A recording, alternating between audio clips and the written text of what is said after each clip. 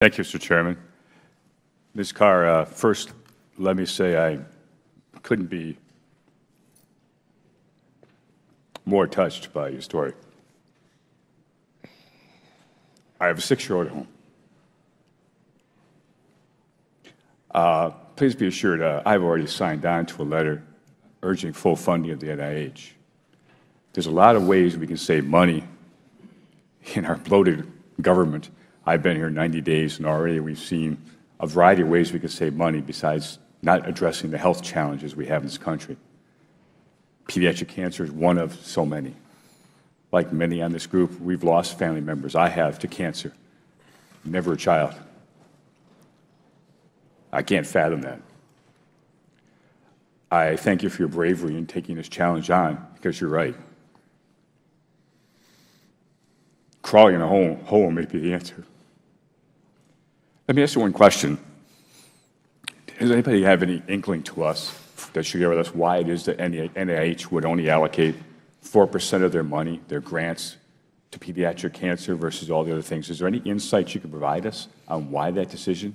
Because it seems to me to be a paltry amount, a paltry percentage. Is there any insight as to why? I agree with you. 4% is not enough. I think our kids deserve a whole heck of a lot more than 4%.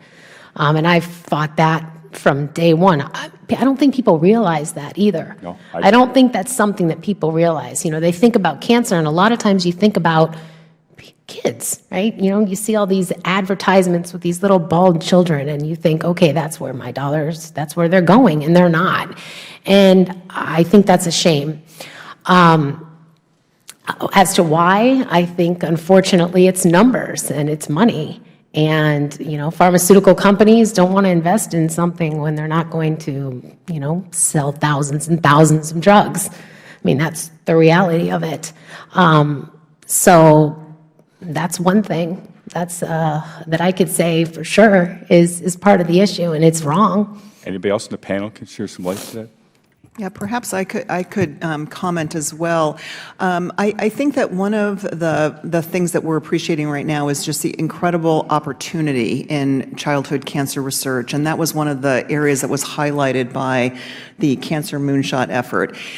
In addition, I think that much of the research money that is provided by the NIH and the NCI goes to what we could call sort of fundamental cancer biology that is not targeted to a specific disease area, but yet has relevance to many different disease areas.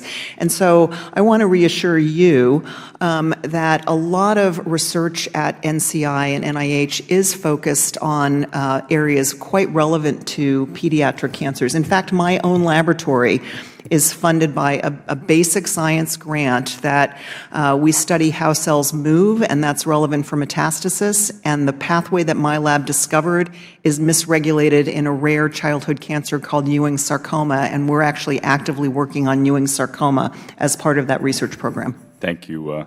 My time is grossly expired. I apologize. Mr. Chair, I'd like to suggest maybe we could have a discussion about a hearing on oversight of how it is that the NIH does make determinations of grants and what the percentages are to various areas, because I think it's worth some discussion. Thank you for your patience. Thank you.